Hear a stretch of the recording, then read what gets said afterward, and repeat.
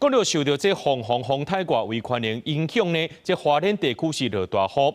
林保署今透早呢，就请人用这个无人机呢去空袭这马太安溪的崩山潭，想袂到又搁发现到另外一个崩山潭，怀疑讲是今透早崩山所造成的，疑似红色警戒。若讲到这个新的崩山潭呢，若准甲地甲甜是100万吨的水量，说是提早伫咧下晡1点半时阵流出来，1点40分的时阵就到水尾，溪水也变甲真错流。正加在这林保署早起已经要求这溪保的施工同期区就要撤离。另外，行政院会今仔日也通过着马太安溪崩山潭在后重建预算270亿，送立法院审议。啊，真的变很大呢！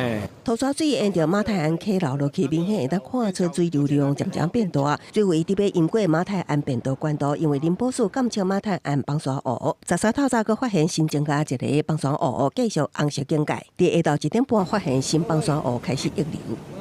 1点44分的时候，水来了，上面那边如果水再大的话，还是会再淹过来啊，还会再淹进来民立这边哦。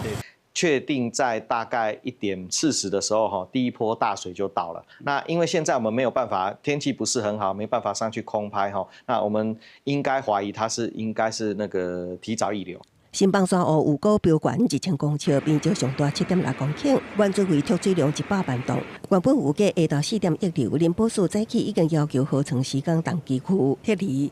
县府也宣布讲，河乡1点停班停课，想要到溢流提前2点外钟，河道水位开始升悬，土沙水变落来。请村民禁止进入灾区。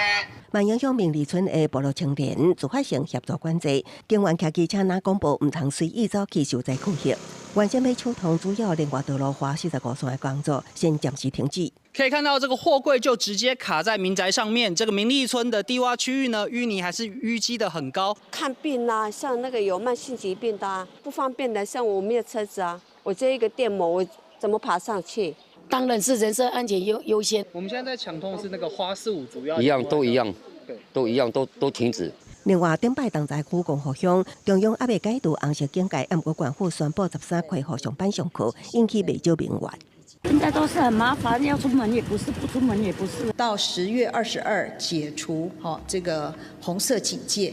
但是在10月14恢复上班上课，其实这也是红色警戒，所以在这一次在今天的部分，我们其实一直在思考，是不是应该要组成堰塞湖的专案小组。行政院会13也通过马太安溪灾后重建特别预算，佮因应风台灾情，新增水利设施等20亿，总计270亿。主计总处表示，特别条例上限300亿已经预留30亿，做随时检讨执行，会尽速送立法院审议。公司新闻采访报道。